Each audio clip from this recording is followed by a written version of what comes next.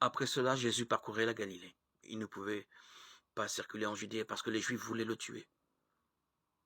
Cependant, la fête juive des Tentes approchait. Ses frères lui dirent donc: passe d'ici en Judée afin que tes disciples aussi voient les œuvres que tu fais. On n'agit pas en secret quand on veut être connu. Puisque tu fais ces œuvres-là, manifeste-toi au monde. Même ses frères, en effet, ne croyaient pas en lui. Jésus leur dit alors: mon temps n'est pas encore venu, tandis que pour vous le temps est toujours bon.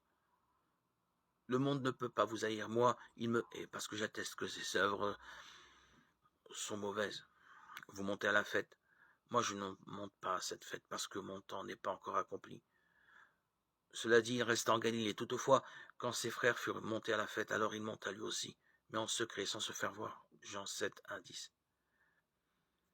Quel étonnement que d'entendre le Christ déclarer solennellement: moi, je ne monte pas à cette fête. Et presque immédiatement après, de l'y voir monter. Et comme on s'est donné bien du mal pour montrer que le Christ ne mentait pas. Mais l'évangéliste sait très bien ce qu'il a charge d'annoncer. Il s'entend à merveille à faire saisir le paradoxe du Christ. Jésus ne monte pas à Jérusalem à la manière dont l'entendent ses frères. Il refuse de faire à Jérusalem son entrée. Comme Messie, il monte à Jérusalem incognito.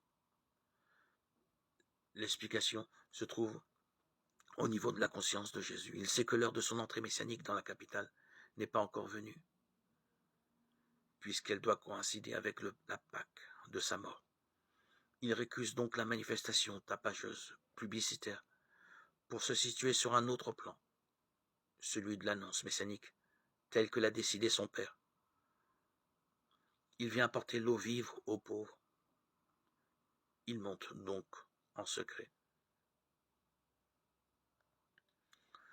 De toute évidence, le malentendu porte sur le mode de la manifestation messianique.